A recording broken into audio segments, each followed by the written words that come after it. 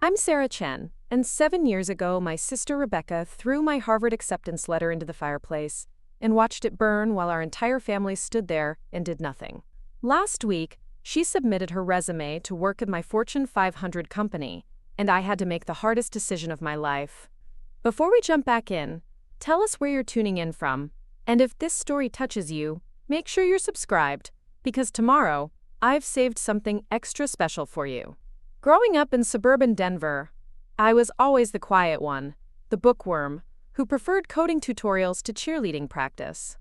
My sister Rebecca was everything our parents wanted in a daughter: captain of the debate team, student body president, destined for law school, and a political career that would make the Chen family name synonymous with success. She had this magnetic personality that drew people to her, this confidence that made adults nod approvingly when she spoke about her 5-year plan to become Colorado's youngest district attorney.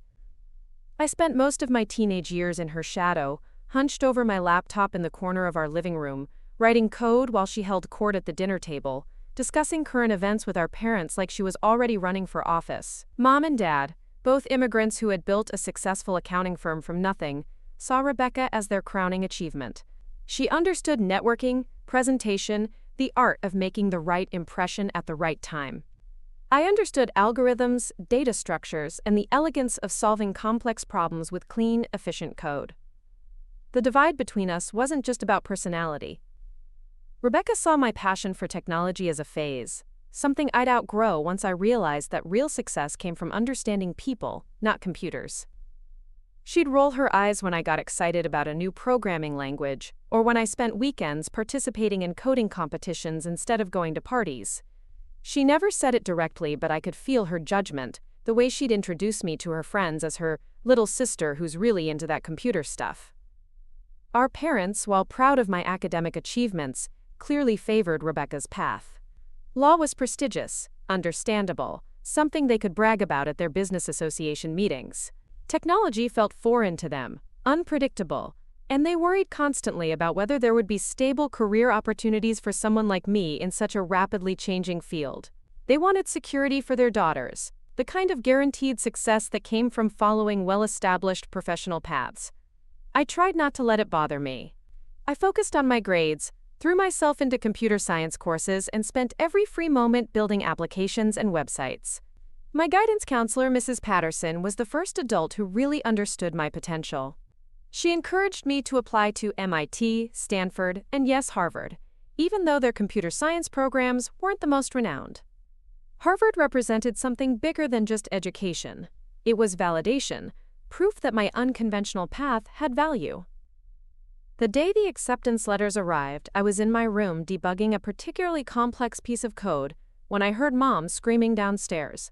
Not the bad kind of scream, but the joyful, disbelieving kind that could only mean one thing. I rushed down to find her clutching a thick envelope with Harvard's crimson logo, tears streaming down her face. Dad stood behind her, his usually stoic expression cracked with pride, while Rebecca sat at the kitchen table, her own college acceptance letters forgotten for the moment. I had gotten into Harvard. Full scholarship, computer science program with a special track in artificial intelligence. The letter praised my innovative thinking, my contribution to several open-source projects, and my potential to shape the future of technology. For the first time in my life, I felt like I was stepping out of Rebecca's shadow, carving my own path to success that my parents could finally understand and celebrate. The celebration lasted exactly 12 hours. That evening, as I sat in my room researching Harvard's course catalog and imagining my life in Cambridge, Rebecca knocked on my door. Preparing and narrating this story took us a lot of time, so if you are enjoying it, subscribe to our channel. It means a lot to us. Now, back to the story. She came in without waiting for permission, which was typical for her, and sat on the edge of my bed with an expression I couldn't quite read. "Congratulations," she said, but her voice lacked warmth. "Harvard's a big deal." "Thanks," I replied, still not quite believing it myself. "I can't believe I actually got in." "Mom and Dad are over the moon," she continued, picking at my bedspread. "All they've talked about tonight is their daughter, the Harvard student." Something in her tone made me look up from my laptop. Rebecca, what's wrong? She was quiet for a long moment, staring out my window at the neighbor's house. When she finally spoke, her voice was different, harder than I'd ever heard it. Do you know how many people apply to Harvard every year, Sarah? I don't know, thousands? 43,000. Less than 5% get accepted. She turned to face me, and I saw something in her eyes that made my stomach clench. Do you know what my chances are of getting into Harvard Law School after going to University of Colorado? I didn't answer, but I was starting to understand where this was going. Practically zero, she continued. Harvard Law School wants Harvard undergraduates. They want legacy students, connections, the kind of pedigree that only comes from being part of their world from the beginning. Rebecca, you'll get into great law schools. You don't need Harvard specifically. She laughed, but there was no humor in it. You don't get it, do you? This isn't just about law school, this is about everything. Our parents have limited resources, limited attention, limited pride to go around. They've already started talking about how they'll have to take out loans to help you with expenses Harvard doesn't cover. That's money that won't be available for my law school applications, my LSAT prep, my networking events. I'm on full scholarship, I protested. This won't cost them anything. It's not about money, Sarah, it's about focus. It's about who gets to be the success story in this family. Her voice was rising now, years of buried resentment spilling out. You've spent your whole life hiding in your room with your computers, while I've been building the foundation for a real career. I've been the one networking, volunteering, building relationships that matter. And now you get to waltz into Harvard because you're good at math puzzles? I stared at her, shocked by the venom in her voice. Rebecca, I worked just as hard as you did. My projects, my grades, your hobby, she cut me off. That's what this is, Sarah. A hobby that got out of hand. You think writing code is going to change the world. You think artificial intelligence is some kind of magic that will solve all of humanity's problems? You're living in a fantasy. She stood up abruptly, pacing to my window. I've been planning my career since I was 14. I know exactly which internships I need, which professors to impress, which law firms recruit from which schools. I've mapped out every step from undergraduate to partnership at a major firm to political office. And you're going to derail all of that because you got lucky with an admissions committee that thought your computer games were impressive.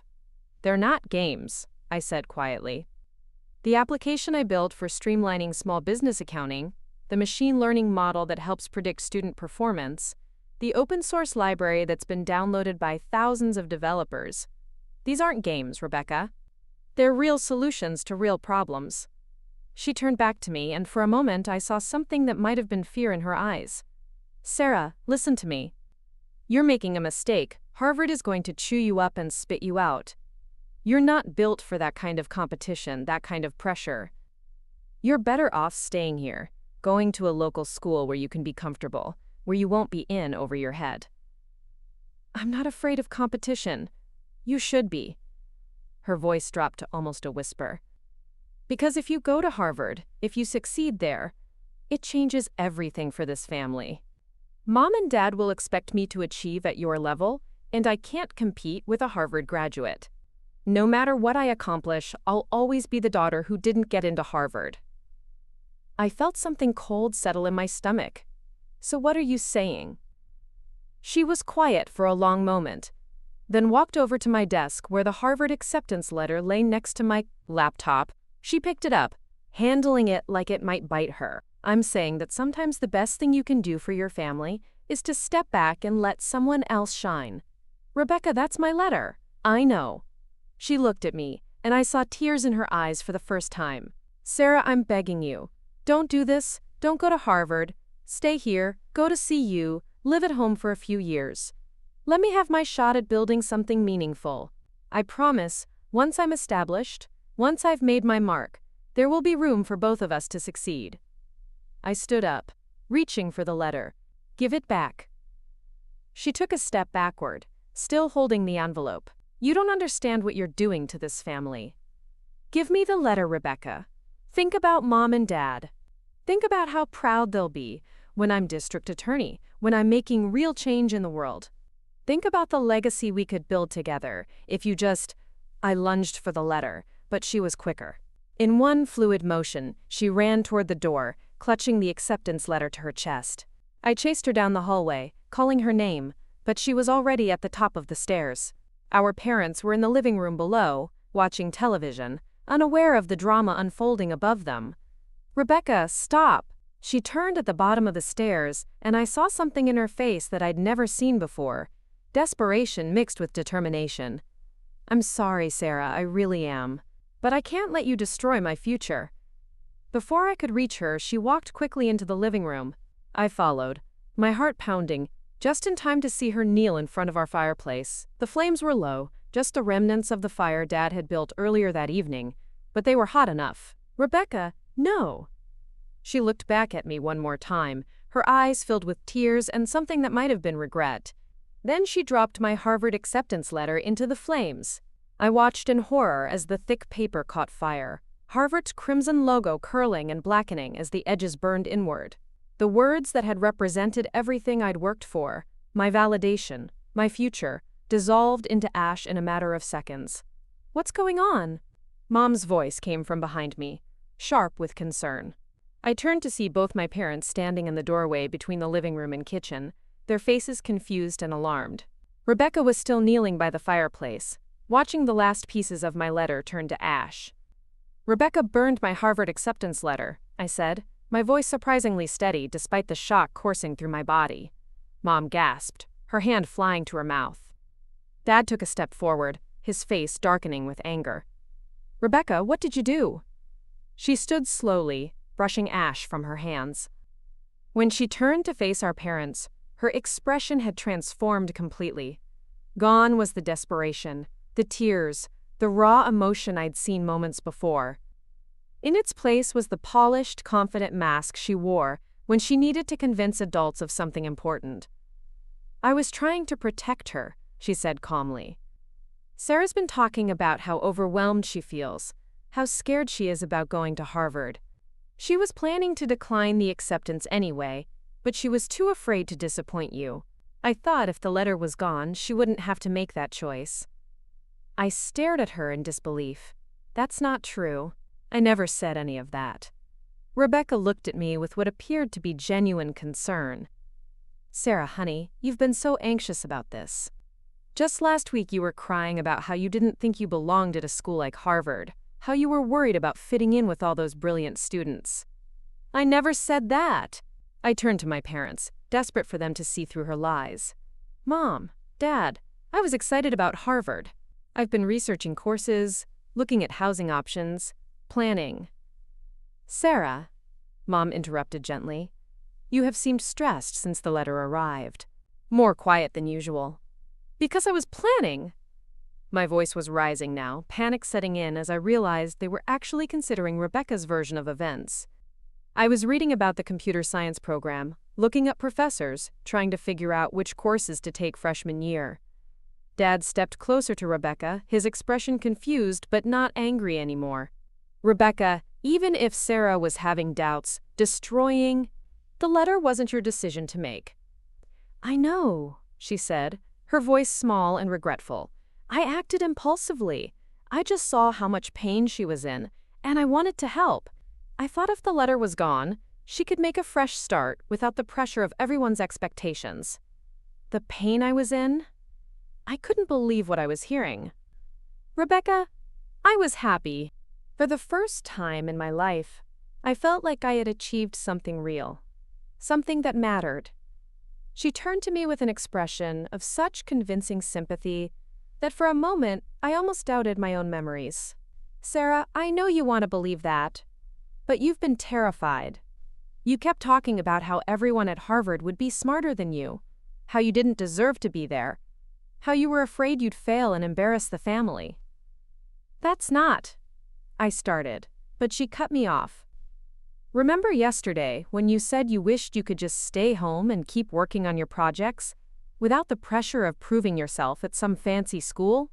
The terrible thing was I had said something like that, but not in the context she was implying.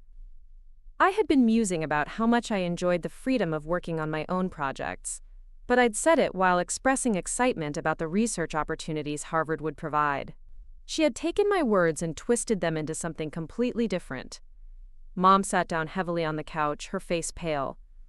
"Sarah, is this true? Have you been having doubts about Harvard?" I looked at my parents, at Rebecca's perfectly crafted expression of concern, at the pile of ash in the fireplace that had once been my future, and felt something break inside me. They wanted to believe Rebecca's story, because it was easier than confronting what had actually happened. It was easier to believe that I had been afraid, that Rebecca had acted out of misguided love, than to accept that their perfect daughter had deliberately sabotaged her sister's dreams. "No," I said quietly. "It's not true. I wanted to go to Harvard. I was excited about Harvard. Rebecca burned my letter because she was jealous and afraid it would affect her own plans." The silence that followed was deafening. Mom and Dad exchanged glances, and I could see them weighing my words against Rebecca's polished performance. In that moment I realized that even if I convinced them of the truth, nothing would change. The letter was gone, the opportunity was gone.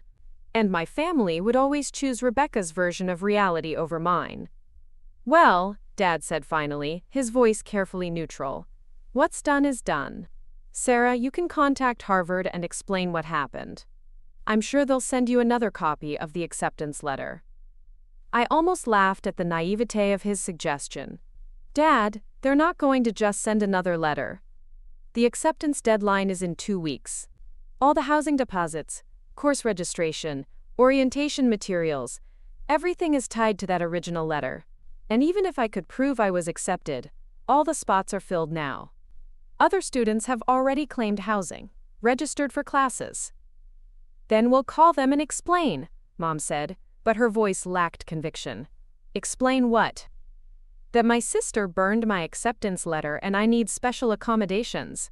Do you think that's the kind of student they want to deal with before I even start classes?" Rebecca stepped forward, reaching out as if to comfort me. "Sarah, maybe this is for the best. Maybe this is the universe telling you that Harvard isn't the right path. You could still have an amazing college experience at CU, and you'd be close to home, close to family." I jerked away from her touch. "Don't you dare try to comfort me. Don't pretend this was anything other than sabotage." "Sarah," Mom's voice was sharp. Rebecca made a mistake, but she was trying to help. "There's no need to be cruel." I stared at my mother, this woman who had raised me, who had celebrated my achievements, who should have known me well enough to see through Rebecca's lies. But as I looked at her face, I realized she wanted to believe Rebecca's story. It was cleaner, easier, less threatening to the family dynamic they had spent years building. "Fine," I said quietly. "You want to believe that Rebecca was protecting me? That I was afraid of Harvard? That this was all some kind of cosmic intervention? Fine. But I'm not going to see you. I'm not staying here. And pretending this didn't happen." "Where will you go?" Dad asked, genuine concern in his voice for the first time since the letter had burned. "I don't know yet, but I'll figure it out. I always do." I turned and walked upstairs to my room, leaving my family in the living room to construct whatever narrative would help them sleep at night. I sat at my desk, staring at the spot where my Harvard letter had been, feeling something fundamental shift inside me. For 17 years, I had tried to be the daughter they wanted while pursuing my own passions. I had sought their approval, their understanding, their support. But sitting there in the wake of Rebecca's betrayal and my parents' willingness to accept her lies, I realized that I had been building my identity around people who would never truly see me for who I was. I opened my laptop and began researching other options. MIT had already sent me a rejection letter, but Stanford was still a possibility if I could get off their waiting list. Several state schools with strong computer science programs were still accepting applications. I could take a gap year, work in the tech industry, reapply to schools the following year with even stronger credentials. As I researched and planned, I felt something I hadn't expected: relief. For the first time in my life, I was making decisions based purely on what I wanted, not on what would make my family proud or fit their vision of success. Rebecca had thought she was destroying my future, but she had actually freed me from the burden of trying to succeed within their framework.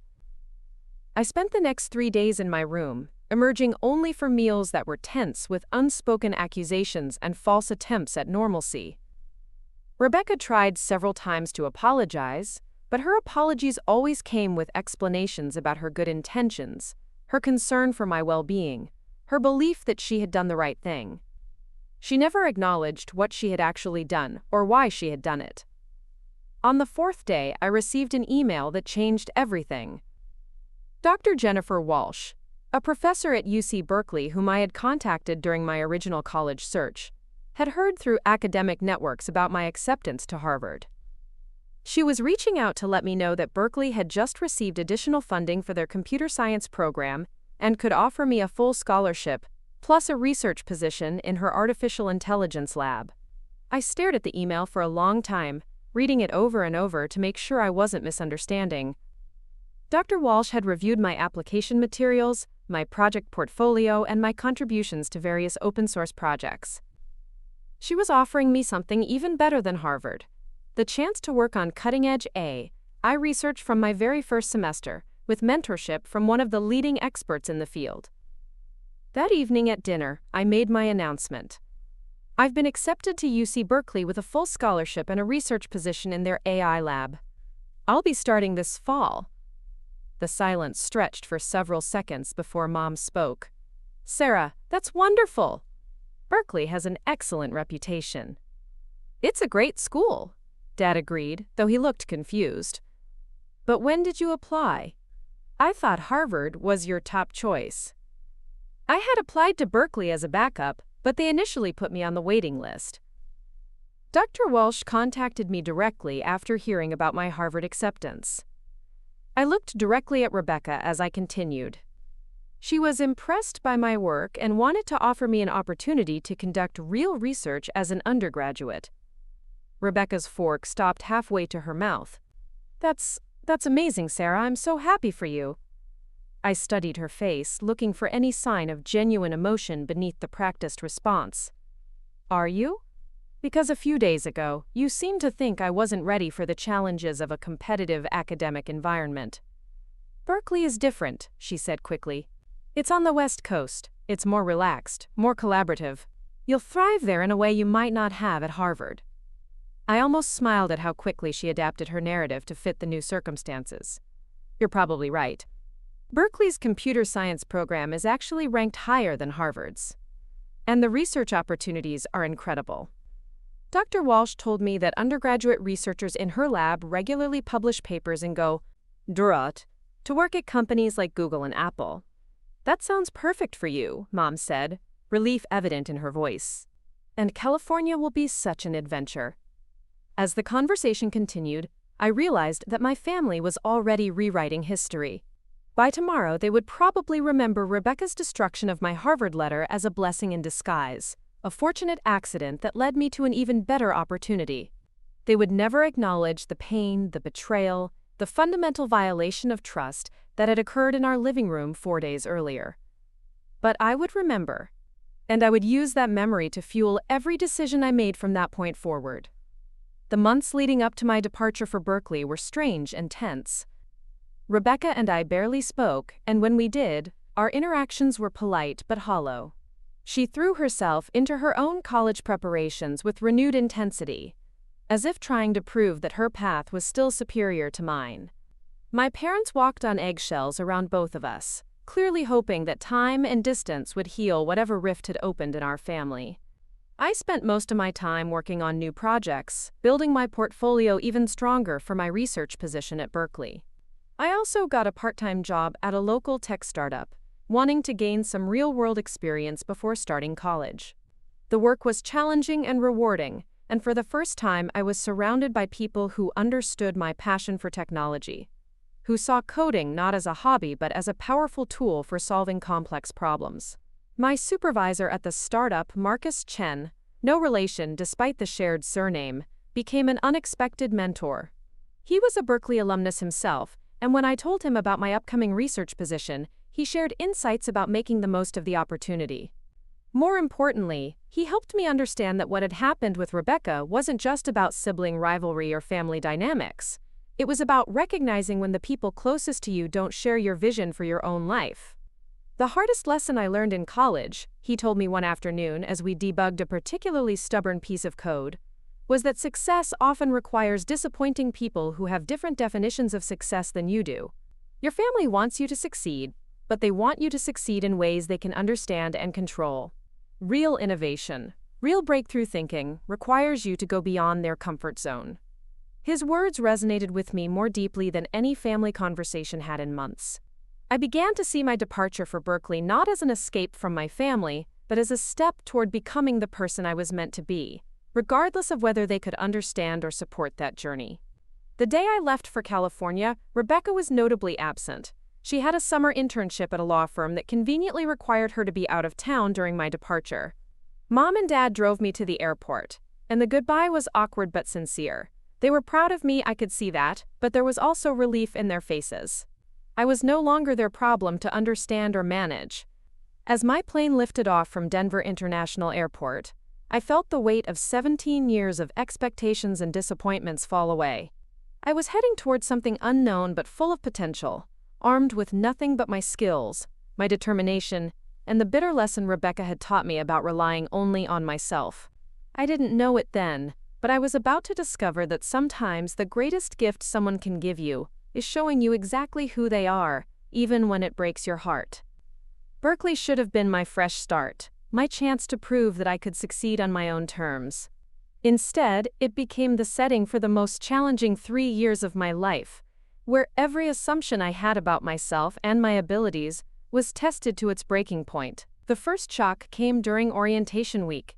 Dr. Walsh, the professor who had recruited me so enthusiastically, pulled me aside after our initial lab meeting with devastating news. The funding for her artificial intelligence research had been unexpectedly cut due to a shift in federal grant priorities. The research position she had promised me, the opportunity that had made Berkeley feel like destiny rather than consolation, had evaporated before I even attended my first official class. I stood in her office, surrounded by half-packed boxes and the remnants of projects that would never be completed, feeling the ground shift beneath my feet. "What does this mean for my scholarship?" I managed to ask, though my voice sounded strange and distant to my own ears. Dr. Walsh's expression was pained but honest.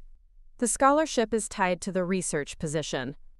Without the funding, I can't justify keeping you on as an undergraduate researcher, which means the financial aid package is no longer available." The numbers she explained to me were staggering. Out-of-state tuition at Berkeley was nearly $60,000 a year. Room and board added another $20,000. Even with whatever financial aid I might qualify for, I would need at least $40,000 annually to attend. My parents' accounting firm was successful, but not wealthy enough to absorb that kind of expense, especially when they were already planning to support Rebecca through law school. I called home that evening, sitting on the bed in my dorm room that I might not be able to afford past the first semester. My father answered, and I could hear the television in the background, the sounds of my family's normal evening routine continuing 3 states away while my world crumbled. "Dad, I need to talk to you about my scholarship situation." The conversation that followed was painful in its practicality. My parents had budgeted for my college expenses based on the full scholarship I had been promised. They could help with some costs, maybe $10,000 a year, but anything beyond that would require loans that would saddle me with debt for decades. My father's voice was kind but firm as he explained their financial limitations, and I could hear the unspoken implication. Maybe this was a sign that I should come home, transfer to University of Colorado, follow the more affordable path that Rebecca had always insisted was more appropriate for me. "I'll figure something out," I told him, though I had no idea how. "Sarah, there's no shame in coming home. CU has a good computer science program, and you could live at home to save money. Sometimes the practical choice is the right choice." After hanging up, I lay on my narrow dorm bed staring at the ceiling, feeling the weight of every decision that had led me to this moment. For the first time since Rebecca had burned my Harvard letter, I wondered if she had been right. Maybe I wasn't cut out for this level of competition and challenge. Maybe I had been foolish to think I could succeed so far from home, so far outside my family's understanding and support. But the next morning, something stubborn and determined stirred inside me. I had worked too hard, sacrificed too much, endured too much pain to give up at the first real obstacle. If Berkeley wanted $60,000 a year, I would find a way to earn $60,000 a year. I spent the next week researching every possible source of funding. I applied for dozens of scholarships, most of which I didn't qualify for due to residency requirements or demographic criteria. I looked into work-study programs, but the hourly wages would barely cover textbooks, let alone tuition. I investigated student loans, but the interest rates and repayment terms were terrifying for someone with no credit history and no guarantee of future income. Finally, I found a potential solution that was both promising and daunting. Berkeley had a cooperative education program that allowed students to alternate semesters between classroom study and full-time work at technology companies. The program was competitive and demanding, extending undergraduate education to 5 years instead of 4, but the work experience paid well enough to cover tuition costs for participating students. The application process for the co-op program was more intense than applying to college itself.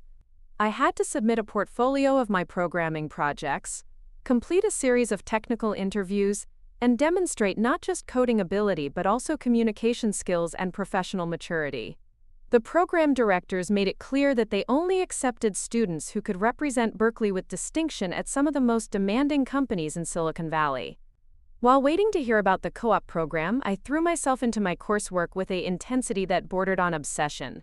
My computer science classes were more challenging than anything I had encountered in high school, filled with students who had been programming since middle school and whose casual conversations included references to algorithms and data structures I was still struggling to master.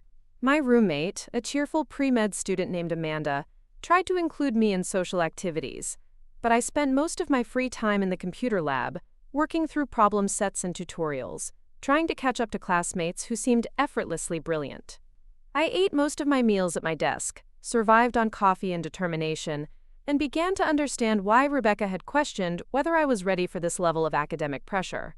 The low point came during my first computer science midterm. Despite weeks of preparation, I found myself staring at questions that seemed to be written in a foreign language. Concepts that had made sense during lectures became incomprehensible under exam pressure. I watched other students finish confidently while I struggled with problems that should have been fundamental. When I received my grade a week later, the numbers seemed to mock everything I had believed about my abilities. 68%.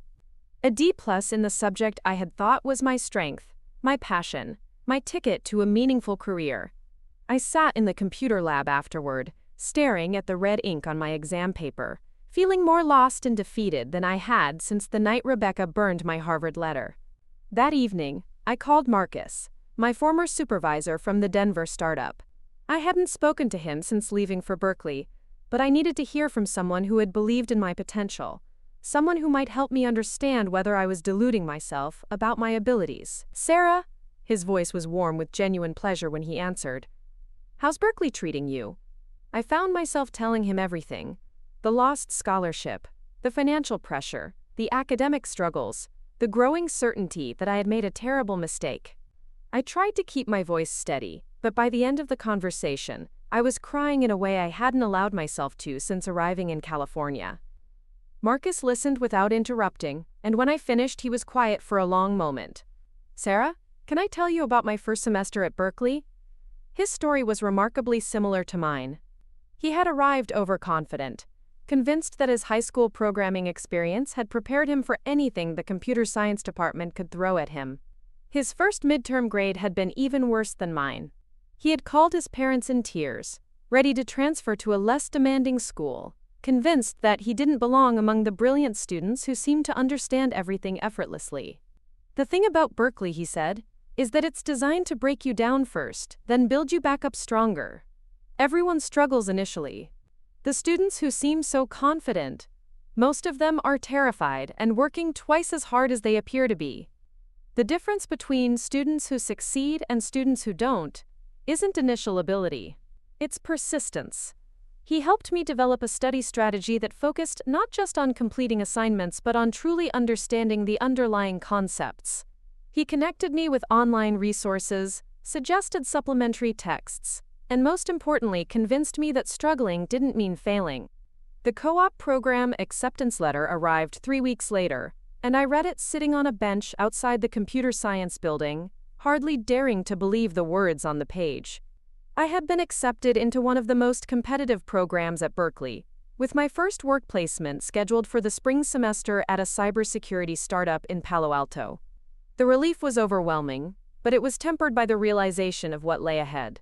I would be working full-time at a professional level while still a freshman, competing with graduate students and industry professionals, representing Berkeley at a company that expected excellence from day one.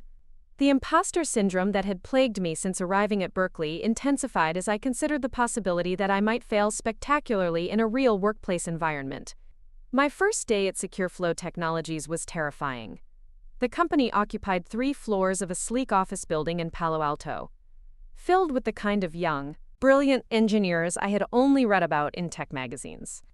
Everyone seemed to communicate in a shorthand of technical jargon and industry references that made me feel like I was eavesdropping on conversations in a foreign language. My supervisor, Janet Rodriguez, was a Berkeley alumna herself who had graduated just 5 years earlier. She was kind but direct in explaining my role as a junior developer on their threat detection team. I would be working on code that helped identify and prevent cyber attacks on corporate networks, contributing to software that protected millions of users from digital threats. The work was more challenging than anything I had attempted in academic settings. Real-world programming required not just technical skill, but also an understanding of business requirements, security protocols, and user experience considerations. I was working with code bases that contained millions of lines of code, collaborating with teams spread across multiple time zones, debugging problems that affected actual customers with real consequences for failure. For the first month, I felt like I was drowning. Every task seemed to require knowledge I didn't possess, tools I had never used, problem-solving approaches I had never considered. I worked longer hours than anyone else on my team, stayed late to study documentation and tutorials, and spent weekends practicing with unfamiliar programming languages and frameworks. My colleagues were patient but clearly busy with their own responsibilities. I quickly learned that asking too many questions made me seem unprepared, while asking too few meant making mistakes that could have been avoided. I began keeping detailed notes of every interaction, every solution, every piece of feedback, creating my own reference guide for navigating the complex technical and social landscape of professional software development. The breakthrough came during my second month, when I identified a security vulnerability that had been overlooked by the senior engineers. It wasn't a groundbreaking discovery, just a careful observation about an edge case in the authentication system, but it was significant enough to prevent a potential breach that could have compromised thousands of user accounts. Janet called me into her office after I submitted my bug report, and I prepared myself for criticism about overstepping boundaries or wasting time on unnecessary concerns. Instead, she smiled and said, "This is exactly the kind of critical thinking we value in our Berkeley co-op students. You approach this problem differently than our full-time engineers because you don't have the same assumptions about how our system should work." That comment changed everything for me. I began to see my inexperience not as a liability, but as a unique perspective that could contribute value to the team. I started volunteering for challenging projects, proposing solutions that combined academic theory with practical implementation, and gradually earning the respect of colleagues who had initially seen me as just another student fulfilling a program requirement.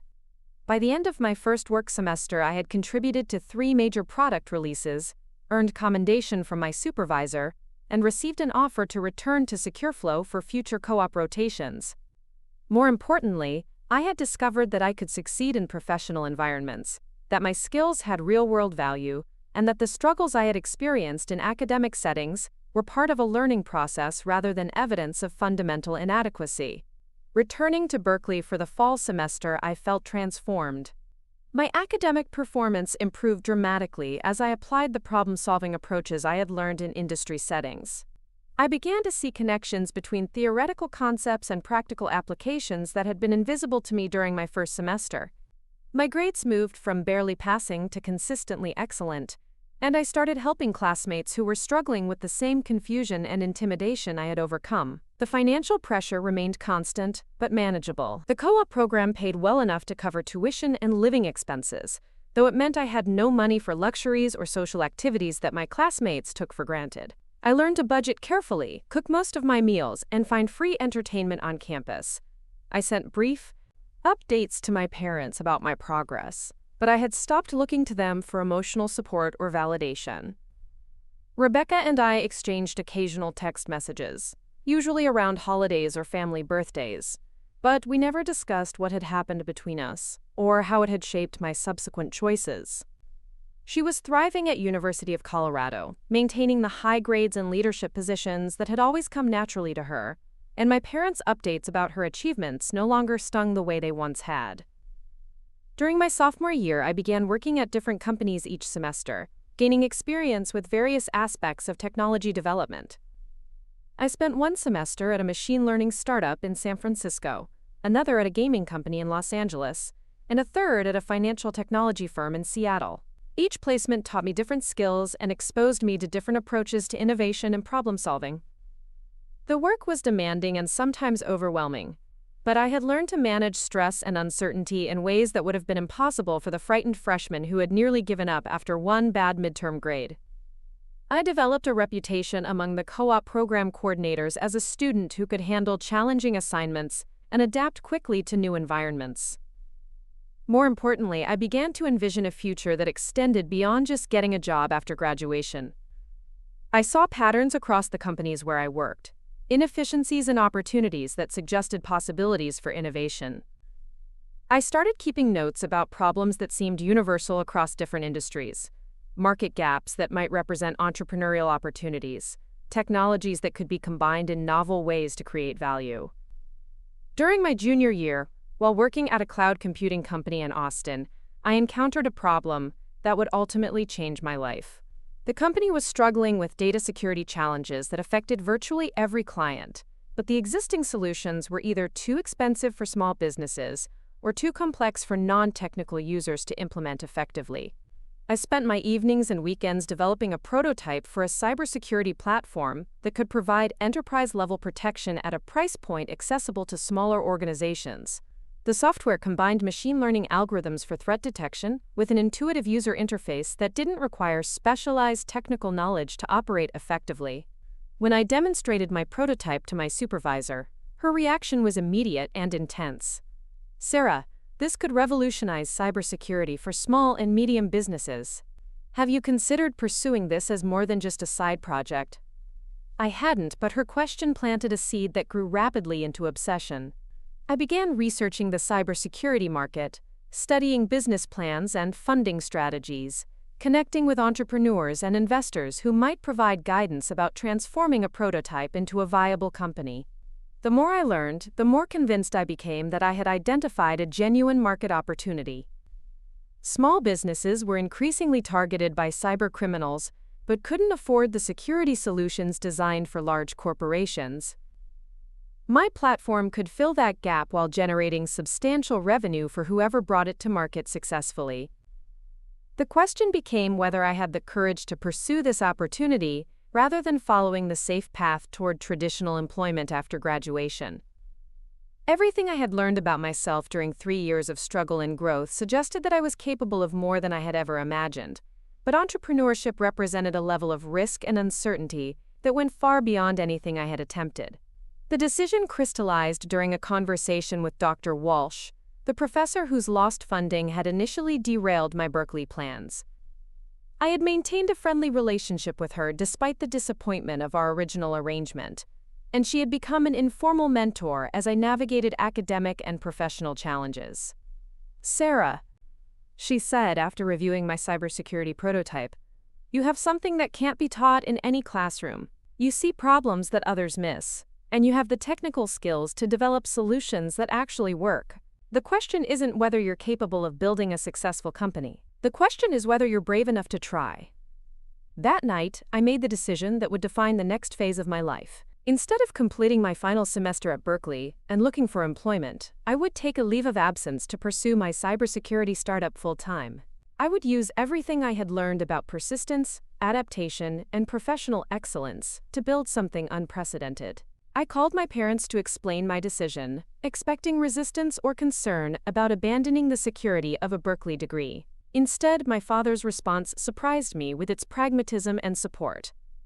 "Sarah, you've already proven you can succeed in ways we never expected. If you think this business opportunity is worth pursuing, we trust your judgment."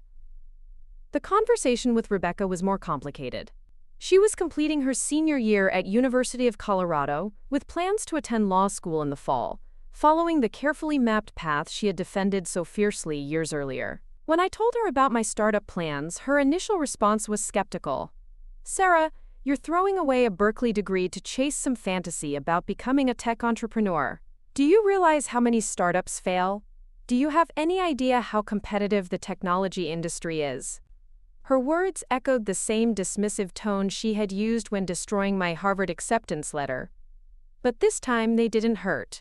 I had learned too much about my own capabilities to be shaken by her doubts or anyone else's. "Rebecca, I've spent 3 years proving I can succeed in competitive environments. I've worked at some of the most demanding companies in Silicon Valley and consistently exceeded expectations. This isn't a fantasy. It's a calculated risk based on extensive market research and a genuinely innovative product." The conversation ended without resolution, but I no longer needed her approval or understanding. I was making decisions based on my own assessment of opportunities and risks, guided by principles I had developed through years of independent struggle and growth.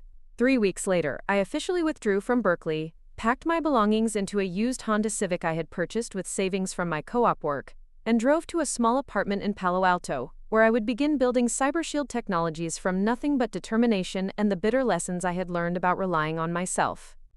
I had no funding, no business partner, no safety net beyond my own skills and persistence. But I also had something Rebecca had inadvertently given me when she burned my Harvard letter: the knowledge that I could survive and thrive, even when the people closest to me tried to limit my possibilities. The girl who had once sought her family's approval for every decision was gone, replaced by a woman who understood that true success required the courage to disappoint people who had different visions for your life. I was about to discover just how far that courage could take me.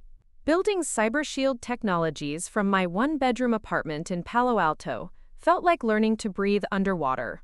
Every day brought challenges I had never anticipated, problems that no Berkeley course had prepared me to solve, and decisions that could make or break everything I was trying to build. My apartment became my office, my laboratory, and my entire world. I converted the dining area into a workspace with 3 monitors arranged across a desk I had assembled myself, surrounded by whiteboards covered in flowcharts, algorithms, and business projections that I updated obsessively. The living room housed my testing lab, where multiple computers ran continuous security simulations to refine my cybersecurity platform. The first 6 months were a masterclass in resourcefulness and humility. I had exactly $12,000 in savings from my co-op work, enough to cover rent and basic expenses for maybe 4 months if I lived like a monk. I bought groceries at discount stores, cooked every meal at home, and learned to survive on a diet that consisted primarily of rice, beans, and whatever vegetables were on sale that week. Sleep became a luxury I couldn't afford. I worked 18-hour days, writing code until my eyes burned, then switching to market research, customer interviews, or business plan refinements when my brain was too tired for programming. I set alarms every 2 hours throughout the night to check system tests and monitor performance metrics, treating my startup like a newborn that required constant attention. The isolation was perhaps the most difficult aspect of those early months. My former Berkeley classmates were enjoying senior year traditions, while my co-op colleagues were advancing their careers at established companies. I had chosen a path that left me completely alone, with no colleagues to brainstorm with, no professors to guide me, and no family members who truly understood what I was attempting to accomplish. I tried to maintain connections with friends from Berkeley, but the conversations became increasingly strained. They would talk about internship applications and graduation plans while I discussed venture capital strategies and customer acquisition costs. We were living in completely different worlds, and I could feel the relationships gradually fading as we found less and less common ground. The technical challenges of building CyberShield were immense. I was essentially creating 3 products simultaneously: the core security engine that detected and prevented cyber threats, the user interface that made complex security management accessible to non-technical users, and the back-end infrastructure that could scale to support thousands of businesses simultaneously. Each component required expertise in different areas of computer science.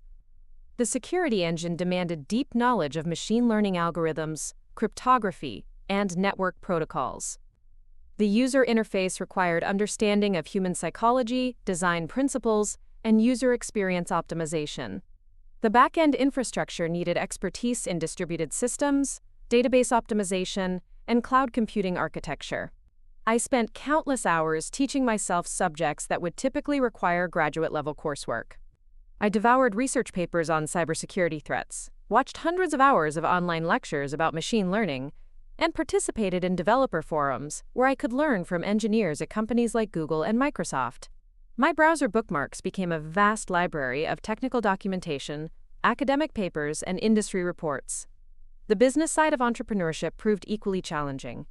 I had to learn about intellectual property law to protect my innovations, marketing strategies to reach potential customers, financial modeling to project revenue and expenses, and sales techniques to convince businesses to trust a startup founded by a college dropout working from her apartment. I cold called hundreds of small businesses, trying to understand their cybersecurity challenges and validate my assumptions about market demand. Most of these conversations were brief and discouraging. Business owners hung up when they realized I was selling something, or dismissed my solutions as too technical, too expensive, or unnecessary for their operations. But gradually, patterns emerged from these conversations. Small businesses were indeed vulnerable to cyber threats, but they were paralyzed by the complexity and cost of existing security solutions. They wanted protection that worked automatically, required minimal technical knowledge, and fit within budgets that were often measured in hundreds rather than thousands of dollars per month. These insights helped me refine CyberShield's design and positioning.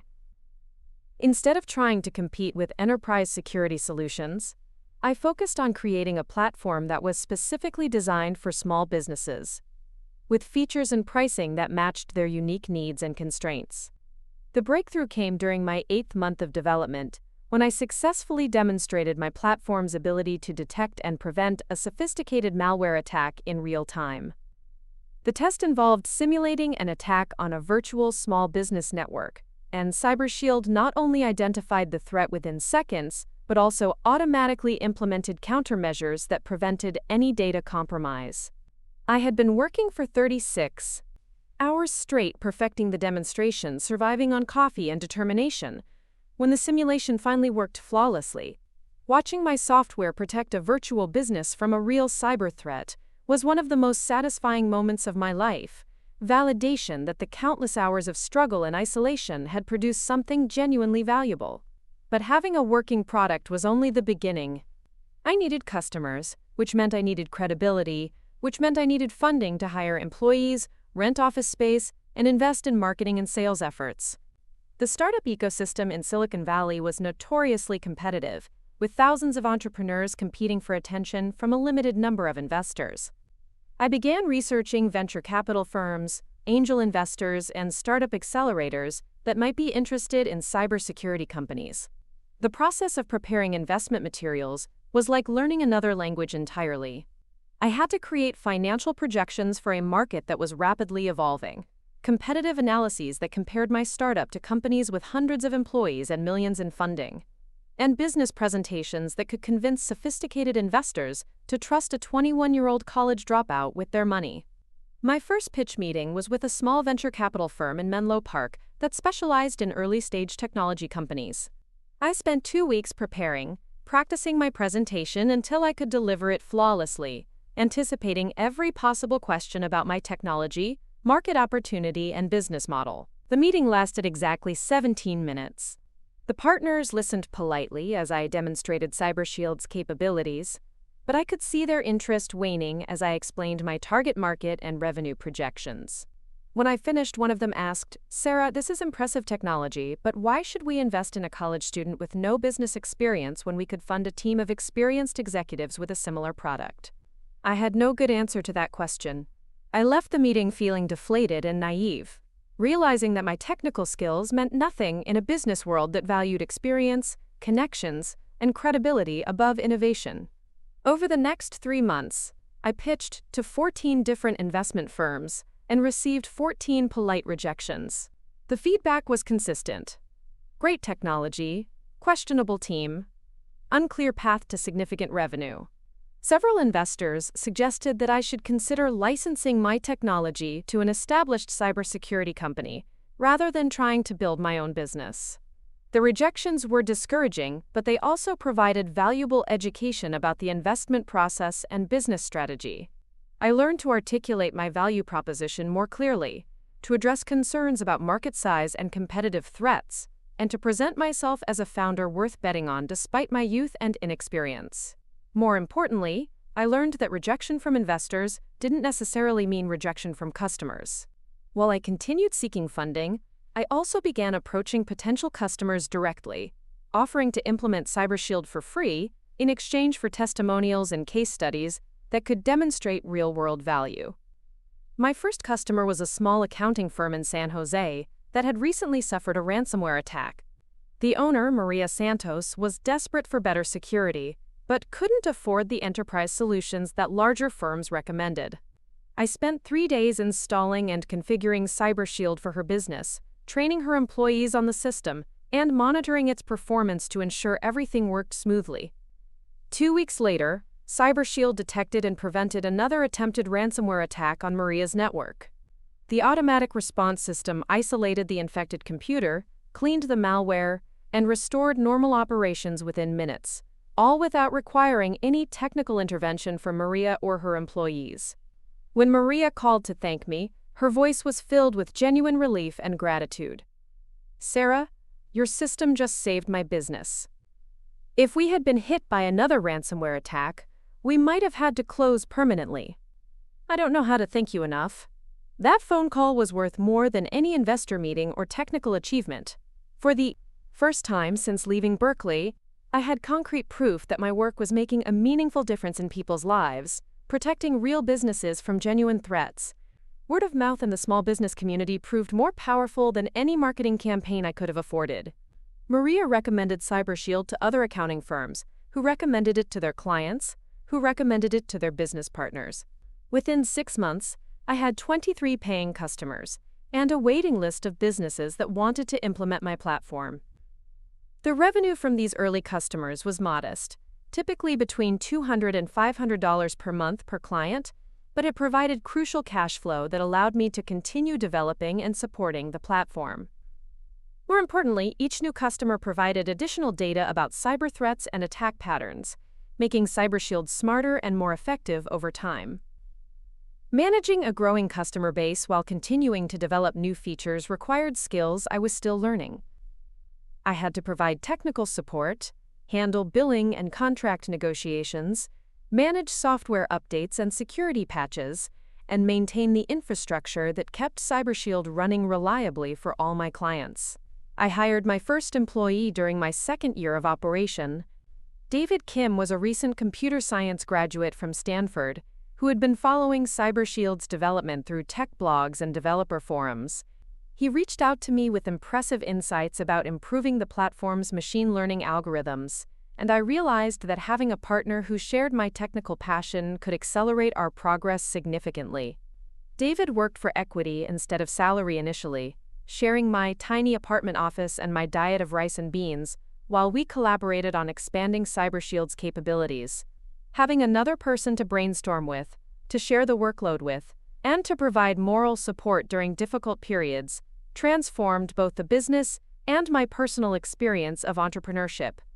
Together, we refined CyberShield's threat detection algorithms, expanded its compatibility with different types of business networks, and developed new features that addressed customer requests and market opportunities. David's fresh perspective and Stanford education complemented my Berkeley training and practical experience, creating a partnership that was more productive than either of us could have been individually. By the end of our second year, CyberShield was protecting over 150 businesses, generating enough revenue to pay both of us modest salaries, and attracting attention from larger investors who were beginning to recognize the potential of our market segment. We had also attracted the attention of several major cybersecurity companies that were interested in acquiring our technology or our customer base. The acquisition conversations were flattering but premature. Companies like Symantec and McAfee offered substantial sums for CyberShield, amounts that would have made David and me financially comfortable for life.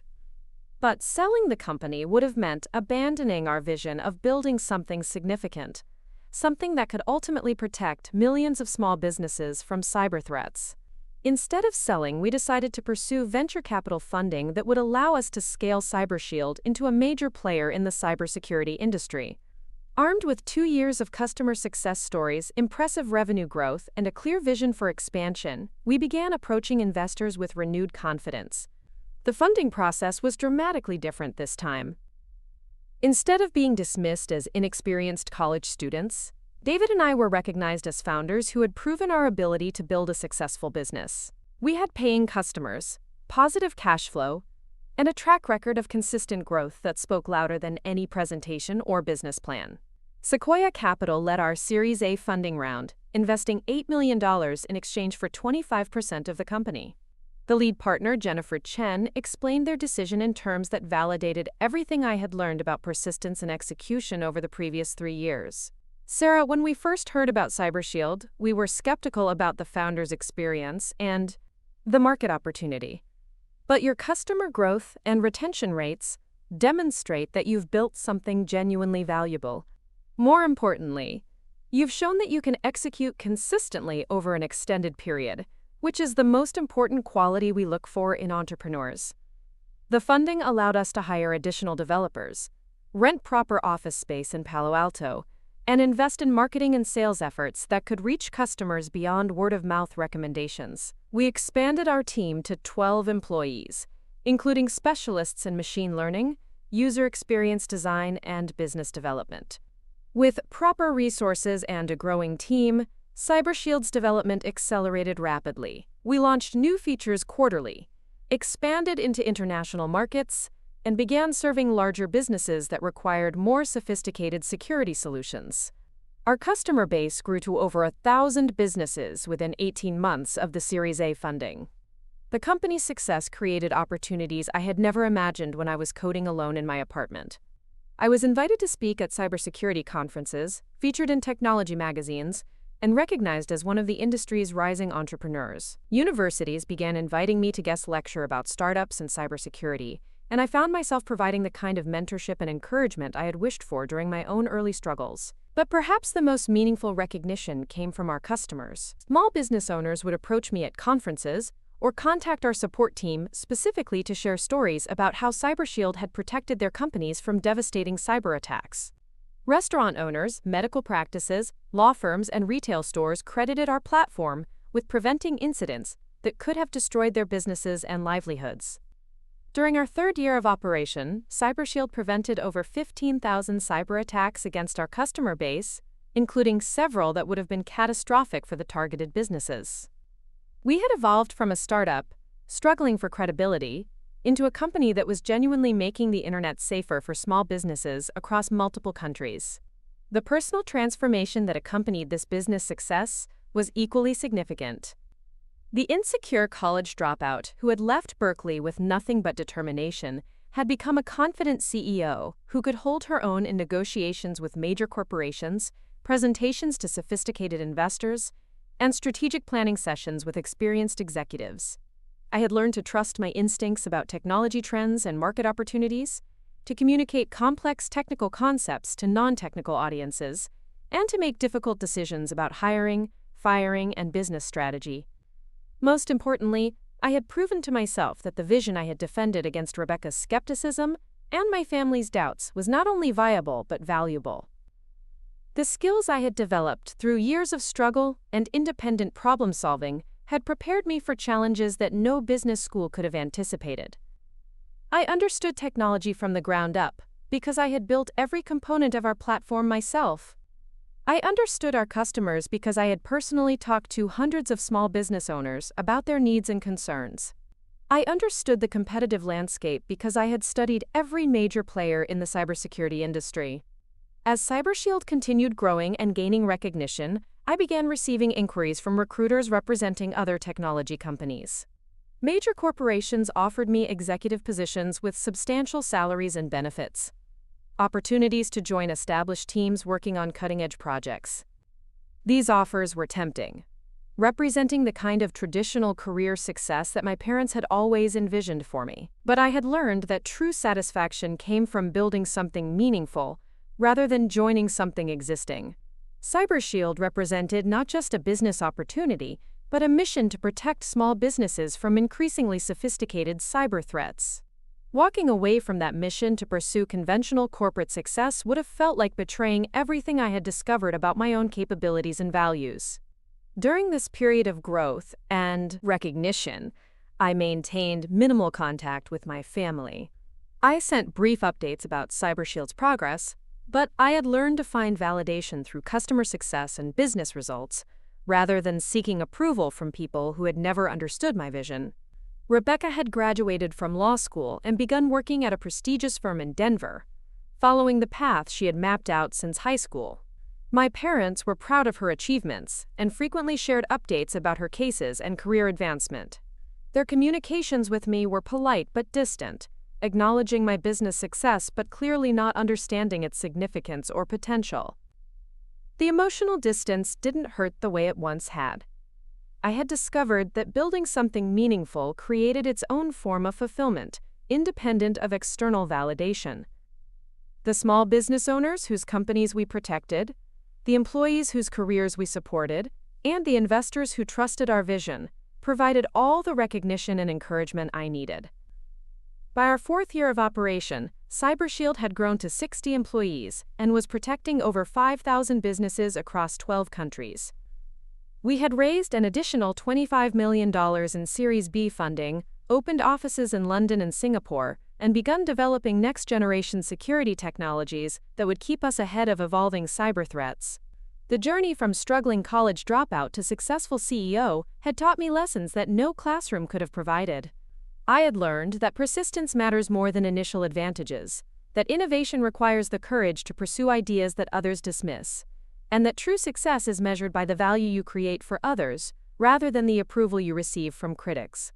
Most importantly, I had learned that the people who try to limit your possibilities often do so because they can't imagine achieving those possibilities themselves.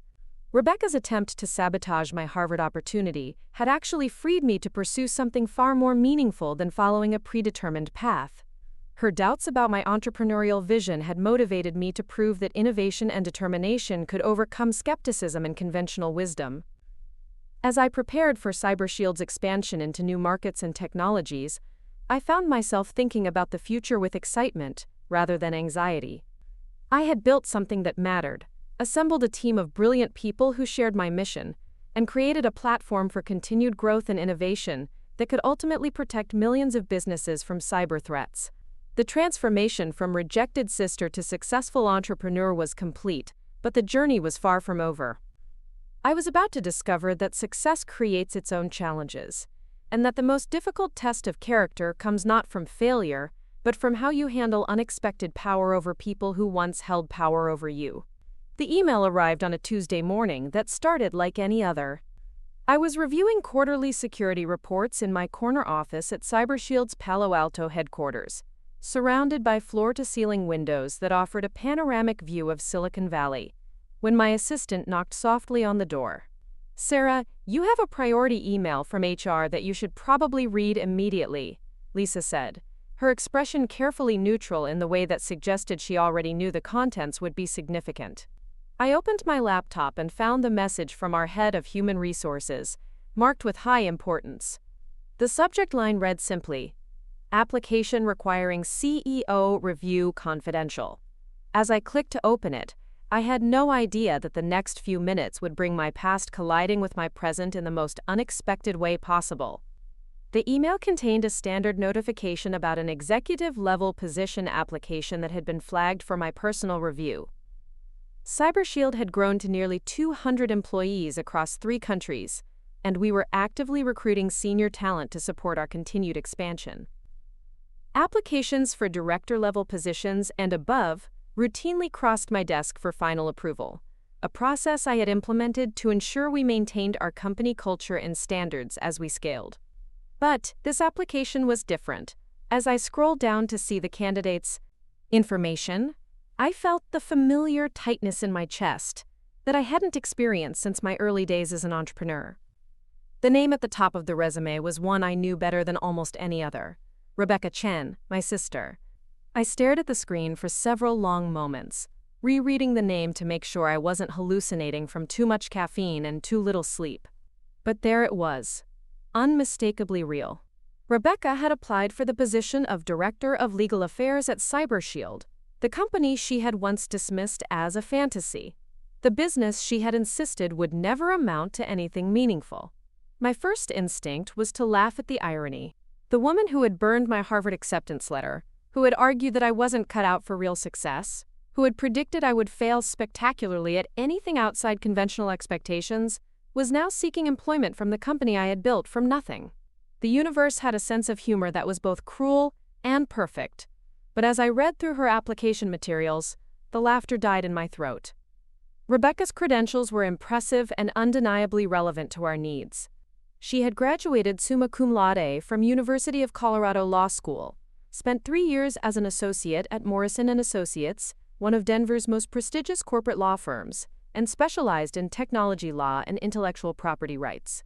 Her resume included experience with contract negotiations, regulatory compliance, and corporate governance issues that were becoming increasingly important as CyberShield expanded into new markets.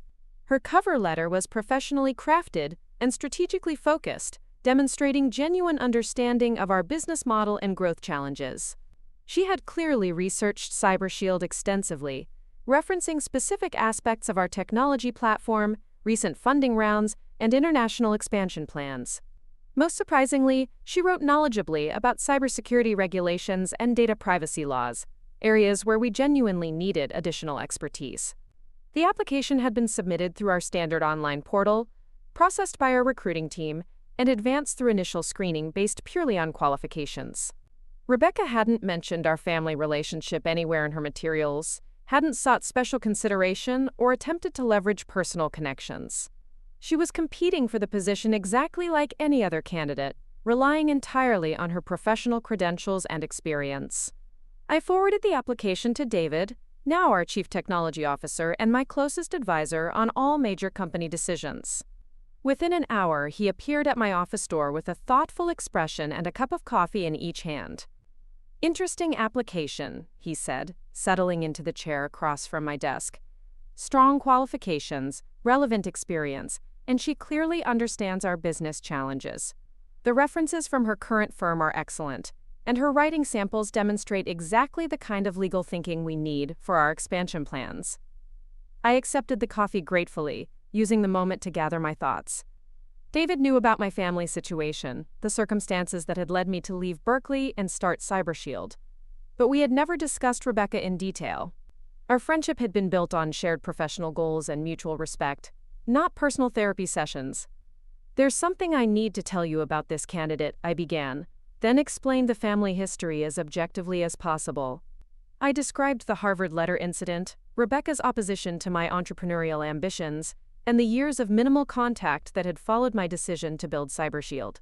David listened without interruption, occasionally nodding or raising an eyebrow, but maintaining the same analytical expression he wore during our most complex technical discussions. When I finished, he was quiet for several minutes, staring out the window at the parking lot where our employees were arriving for the day. "Sarah, that's a complicated situation," he said finally. "But it doesn't change the fact that we need a director of legal affairs, and this candidate appears exceptionally qualified for the role. The question is whether you can separate personal history from business necessity." It was exactly the kind of clear-headed analysis I had come to expect from David, and exactly what I needed to hear. CyberShield wasn't my personal playground where I could make hiring decisions based on emotional satisfaction or family drama. We had investors who expected responsible management, employees who depended on smart leadership, and customers who trusted us to make decisions that strengthened the company rather than settling personal scores. Schedule a phone interview with her, I decided. Same process we use for every other candidate at this level. If she's genuinely qualified, we'll bring her in for a full day of interviews with the team. I'll recuse myself from the initial screening and let you and the department heads evaluate her first. David nodded approvingly. That's the right approach. If she makes it through the standard process, then you can decide how to handle the final interview personally. I spent the rest of that day trying to focus on quarterly budget reviews and product development meetings. But my mind kept drifting to Rebecca's application. I found myself wondering what had motivated her to apply to CyberShield specifically.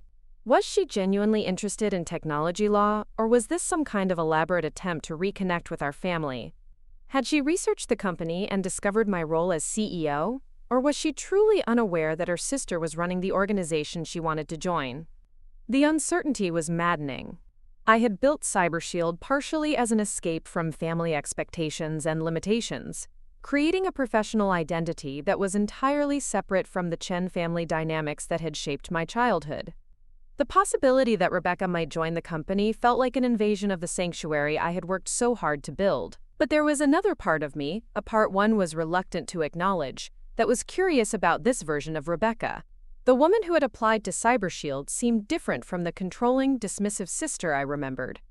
Her application materials demonstrated intellectual humility and professional growth that suggested she might have evolved beyond the arrogant certainty that had characterized her younger self. 2 days later, David conducted Rebecca's initial phone interview while I attended a customer conference in Seattle. When I returned to the office, he was waiting with a detailed assessment that was both thorough and troubling. "She's exceptional," he said without preamble. "Sharp legal mind, extensive knowledge of technology regulations, and impressive strategic thinking about compliance challenges in international markets. More importantly, she asked intelligent questions about our business model and growth plans that demonstrate genuine understanding of what we're trying to accomplish." I felt a familiar knot forming in my stomach. But? No buts from a professional perspective. She's exactly what we need for this role, and she would probably be the strongest candidate in our pool, even if we received 50 more applications. The only complication is the family history, which is ultimately your decision to manage. The following week, Rebecca flew to California for a full day of interviews with our executive team, department heads, and potential colleagues. I arranged to be out of the office for customer meetings, avoiding any possibility of an accidental encounter that might compromise the evaluation process. That evening, I received detailed feedback from everyone who had interviewed her. The responses were unanimous and enthusiastic. Our chief financial officer praised her understanding of corporate governance and regulatory compliance. Our head of international business development was impressed by her knowledge of data privacy laws in European markets. Our VP of engineering, typically skeptical of legal professionals, admitted that she had asked thoughtful questions about our security architecture that demonstrated genuine technical curiosity. Most telling was the feedback from Lisa, my assistant, who had coordinated Rebecca's interview schedule and observed her interactions throughout the day. She was professional, prepared, and respectful to everyone she met, from the receptionist to the senior executives. No entitled attitude, no presumption of special treatment. She seemed genuinely excited about the possibility of working here. I spent that night in my apartment, staring at the city, lights through my living room windows, wrestling with a decision that felt impossibly complex. From a business perspective, hiring Rebecca was clearly the right choice. She was qualified, available, and enthusiastic about joining a company that desperately needed her expertise. Rejecting her application would be difficult to justify to our board of directors, and unfair to our employees, who would benefit from her contributions.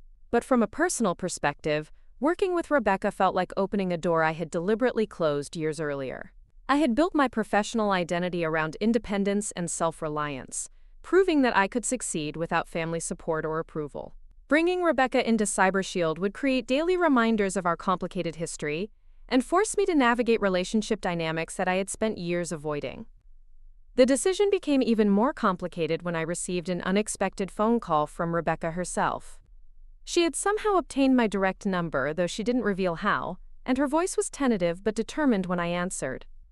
"Sarah, I know this is awkward, and I debated whether to call at all, but I wanted you to know that I applied to CyberShield because I genuinely believe in what the company is doing, not because I was seeking some kind of personal reconciliation."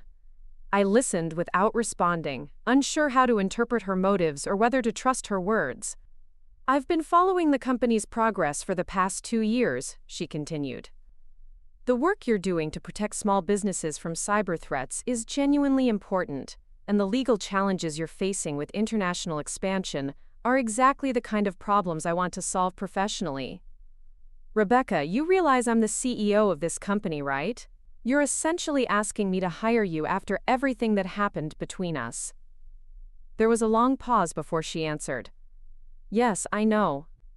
And I know how that must look from your perspective. But Sarah, I've spent 5 years building expertise in technology law specifically because I wanted to work for innovative companies that are making a real difference. CyberShield represents everything I find exciting about this field." Her voice took on a quality I had never heard before, something that sounded like genuine respect, mixed with professional admiration. "What you've built here is remarkable. I've read about your funding rounds, your customer growth, your international expansion. This company is exactly the kind of organization I dreamed of joining when I decided to specialize in technology law. And the fact that I'm your sister? How does that factor into your decision?" Another pause, longer this time. "Honestly, it makes it more complicated, not easier. I know I hurt you when we were younger. I know I was wrong about your potential and your vision. Working together would mean confronting that history every day, which isn't exactly comfortable for me either." I found myself surprised by her directness and apparent self-awareness. This wasn't the defensive, controlling Rebecca I remembered, but someone who seemed capable of acknowledging past mistakes without making excuses. "But Sarah," she continued, "I also believe that personal history shouldn't override professional qualifications. If I'm the best candidate for this position, then hiring me serves the company's interests regardless of our family relationship. If I'm not the best candidate, then my last name shouldn't earn me special consideration." After we hung up, I realized that Rebecca had articulated exactly the principle I had been struggling to apply. CyberShield's success had been built on merit-based decisions, hiring the most qualified people regardless of personal connections or conventional expectations. Abandoning that principle now would compromise everything I had worked to build. The next morning, I called David into my office for a final discussion about the legal affairs position. We reviewed all the candidates who had applied, compared their qualifications and interview performance, and evaluated their potential contributions to our growth strategy. By every objective measure, Rebecca was the strongest candidate by a significant margin. "David, I need to ask you something directly. If Rebecca weren't my sister, would you have any hesitation about recommending her for this position?" He shook his head immediately. "None whatsoever. She's overqualified, if anything, and she would probably be the best legal hire we could make at this stage of our growth. Then we offer her the position, same salary range we established for the role, same benefits package, same performance expectations. No special treatment, no family considerations, just a business decision based on qualifications and fit." 2 hours later, I called Rebecca with the job offer. Her acceptance was immediate and enthusiastic, though I detected a note of nervousness beneath her professional demeanor. We scheduled her start date for 3 weeks later, allowing time for her to transition out of her current role and relocate to the Bay Area.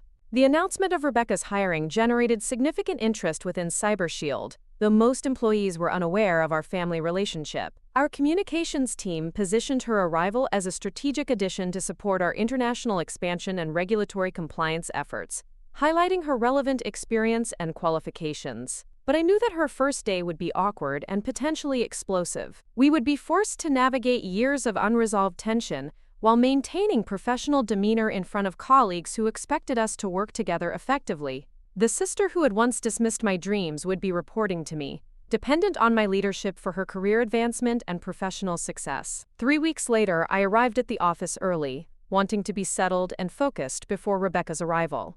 I had prepared extensively for our first official interaction, planning the conversation topics and setting clear boundaries about how we would separate personal history from professional responsibilities. At exactly 9 o'clock, Lisa knocked on my door to announce that Rebecca had arrived and completed her orientation paperwork. "She's waiting in conference room B for your welcome meeting," Lisa said, her expression carefully neutral despite obvious curiosity about the family dynamics. I walked down the hallway to the conference room, taking deep breaths and reminding myself that this was a business meeting between a CEO and a new director-level employee. But when I opened the door and saw Rebecca sitting at the conference table in a navy blue suit, reviewing what appeared to be regulatory documents, I felt like I was 17 years old again, watching my Harvard acceptance letter burn in our family fireplace. She looked up when I entered, and for a moment we simply stared at each other across the conference table. She appeared nervous but determined, clearly as aware as I was of the historical significance of this moment. The last time we had been in the same room, she had been dismissing my entrepreneurial ambitions as unrealistic fantasies. Now she was seeking employment at the company those fantasies had become. "Good morning, Rebecca," I said, settling into the chair across from her and opening my laptop to access her onboarding materials. "Welcome to CyberShield. I hope your first day is going smoothly." "Thank you, Sarah. Everyone has been very welcoming, and I'm excited to get started." We spent the next hour discussing her role responsibilities, reporting structure, and initial projects. The conversation was professionally cordial, but emotionally charged, with both of us working carefully to maintain appropriate boundaries while addressing the obvious elephant in the room. Near the end of our meeting, Rebecca looked directly at me with an expression that seemed to carry the weight of years of unspoken words. "Sarah, I want you to know that I understand the significance of this opportunity, and I don't take it lightly. I'm here to contribute to CyberShield's success, not to complicate your life or revisit old family issues." I nodded, appreciating her directness while maintaining my professional demeanor. "I expect the same high performance from you that I expect from every director-level employee. Your success here will be measured by your contributions to the company, not by our personal history." As she gathered her materials and prepared to leave for her first department meeting, I found myself thinking about the strange journey that had brought us to this moment. 7 years earlier, Rebecca had tried to limit my possibilities by destroying my Harvard acceptance letter. Now she was asking me to expand her possibilities by offering her a position at the company I had built without family support or approval. The irony was perfect and terrible, a complete reversal of power dynamics that neither of us could have anticipated when we were younger. The girl who had been dismissed as a failure now held authority over the sister who had once controlled every family narrative about success and potential. But as I watched Rebecca walk toward her new office, I realized that this moment represented something more complex than simple revenge or vindication. It was an opportunity to demonstrate that success isn't about proving others wrong or settling old scores, but about building something meaningful that creates value for everyone involved. The real test wouldn't be whether I could successfully hire my sister despite our complicated history. The real test would be whether I could lead her effectively, helping her contribute to CyberShield's mission, while maintaining the principles and values that had made the company successful. 7 years after Rebecca burned my Harvard letter, she had handed me something far more valuable: the chance to prove that true leadership means creating opportunities for others to succeed, even when those others had once tried to prevent your own success. The question now was whether I was mature enough and confident enough in my own achievements to pass that test with grace and wisdom. Working with Rebecca proved to be both easier and more difficult than I had anticipated. Professionally, she exceeded every expectation. Within her first month at CyberShield, she had streamlined our contract negotiation process, identified critical compliance gaps in our European operations, and developed a comprehensive intellectual property strategy that strengthened our competitive position significantly. Her legal expertise was precisely what we needed as CyberShield expanded into new markets. She navigated complex regulatory requirements with skill and efficiency, building relationships with government officials and industry partners that opened doors we hadn't even known existed. The board of directors praised her contributions during quarterly reviews, and our international revenue grew by 40% in her first 6 months, largely due to her regulatory insights. But personally, our interactions remained carefully formal and emotionally distant. We addressed each other by first names in meetings, maintained professional courtesy in all communications, and successfully avoided any reference to our shared history. To our colleagues, we appeared to be simply two executives who worked well together but weren't particularly close. The breakthrough came during a crisis that threatened everything we had built. A sophisticated cyber attack targeted CyberShield's own infrastructure, exploiting a vulnerability that our security systems hadn't detected. The attack was clearly designed to humiliate us, demonstrating that even a cybersecurity company could be compromised by sufficiently determined hackers. I was in London, meeting with potential investors when the attack began, and Rebecca was the senior executive who coordinated our response during the critical first hours. She worked 18 hours straight with our technical team, managed communications with affected customers, and handled regulatory notifications with authorities in 3 countries. When I returned to Palo Alto 2 days later, I found Rebecca in the conference room surrounded by legal documents and technical reports. Her usually perfect appearance disheveled from exhaustion, but her focus absolutely unwavering. She had successfully contained the damage, preserved our customer relationships, and positioned us to emerge from the crisis stronger than before. "Thank you," I said simply, settling into the chair across from her. "Your leadership during this crisis saved the company." She looked up from her documents, and for the first time since she had joined CyberShield, I saw something beyond professional competence in her expression. There was genuine emotion there, a vulnerability that reminded me of the sister I had once known before our relationship became complicated by competition and resentment. "Sarah, I need to tell you something," she said quietly. "Working here, seeing what you've built, understanding the impact CyberShield has on thousands of businesses, it's made me realize how wrong I was about everything." I waited, unsure where this conversation was heading, but sensing its importance. "When I burned your Harvard letter, I thought I was protecting my own future. I was terrified that your success would somehow diminish my opportunities, that there wasn't room in our family for both of us to achieve something meaningful." She paused, her voice becoming steadier. "But watching you lead this company, seeing how you've created opportunities for hundreds of employees and protected thousands of customers, I understand now that success isn't a zero-sum game." The words I had waited 7 years to hear finally came, but they felt different than I had imagined. Instead of vindication or satisfaction, I felt a deep sadness for all the time we had lost to misunderstanding and competition. "Rebecca, what happened between us shaped both of our paths. Maybe we needed to pursue our goals separately before we could work together effectively." She nodded, tears forming in her eyes for the first time since I had known her as an adult. "I'm proud of you, Sarah. Not just your business success, but the person you've become. You could have refused to hire me, could have held our history against me forever. Instead, you gave me a chance to prove myself professionally." Over the following months, our relationship evolved from professional courtesy to genuine collaboration. We began meeting regularly to discuss company strategy, combining my technical vision with her legal and regulatory expertise, to identify new opportunities and navigate complex challenges. The transformation wasn't just professional. We started having lunch together occasionally, sharing stories about our experiences during the years we had barely communicated. I learned about Rebecca's struggles in law school, her challenges adapting to corporate culture, and her growing interest in technology law that had ultimately led her to CyberShield. She learned about the loneliness of entrepreneurship, the financial terror of the early startup days, and the satisfaction of building something that created genuine value for customers and employees.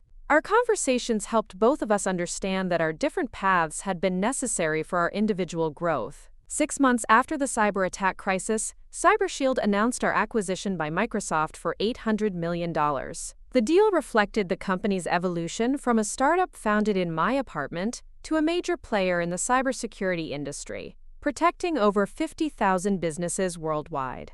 During the acquisition negotiations, Rebecca's legal expertise proved invaluable in structuring a deal that preserved our company culture while providing resources for continued innovation. She negotiated terms that protected our employees' interests and ensured that CyberShield's mission would continue under Microsoft's ownership. The day we signed the final papers, I found myself thinking about the journey that had brought us to this moment. 7 years earlier, I had been a devastated college student watching my Harvard dreams burn. Now I was a successful entrepreneur who had built something meaningful from that devastation, working alongside the sister who had once tried to limit my possibilities. At the celebration dinner that evening, Rebecca raised her glass to toast the acquisition team. "To CyberShield," she said, looking directly at me, "and to the importance of believing in visions that others can't yet see." The acquisition made both of us financially independent, but more importantly, it validated the choices we had made and the growth we had experienced. I continued as CyberShield's CEO under Microsoft's ownership, while Rebecca became Microsoft's Director of Cybersecurity Policy, helping shape industry regulations and standards. Our parents flew out for the acquisition announcement, finally understanding the significance of what I had built and the value of the path I had chosen. The pride in their faces was gratifying, but it no longer felt essential to my sense of accomplishment. I had learned to find validation through creating value for others, rather than seeking approval from people who hadn't understood my vision. Rebecca and I now work together regularly on industry initiatives and policy development. Our relationship has evolved into genuine partnership, built on mutual respect and shared commitment to advancing cybersecurity protection for businesses worldwide. Sometimes people ask if I harbor resentment about the Harvard letter incident, whether I wish things had unfolded differently during our family conflicts. The truth is that I'm grateful for every challenge that forced me to develop independence and resilience. Rebecca's attempt to limit my possibilities inadvertently freed me to pursue something far more meaningful than following conventional expectations. The girl who was once called a family failure learned that failure is temporary, but character is permanent. The sister who burned my acceptance letter ultimately helped me build something that no university could have provided. The knowledge that true success comes from creating opportunities for others, not just pursuing them for yourself. Today, CyberShield protects over 100,000 businesses worldwide, employs over 1,000 people across 15 countries, and continues growing under Microsoft's resources and global reach. But the real measure of success isn't the financial returns or industry recognition. It's the knowledge that we've made the digital world safer for millions of people, one small business at a time. Rebecca often tells people that working with me taught her the difference between being right and being meaningful. I tell them that working with her taught me the difference between proving others wrong and helping others grow. Together we learned that family isn't about perfect relationships, but about choosing to support each other's success even after experiencing disappointment and conflict. The Harvard letter that burned 7 years ago represented someone else's definition of my potential. The company we built together represents what becomes possible when you define success for yourself and create space for others to do the same. Up next, you've got 2 more standout stories right on your screen. If this one hit the mark, you won't want to pass these up. Just click and check them out.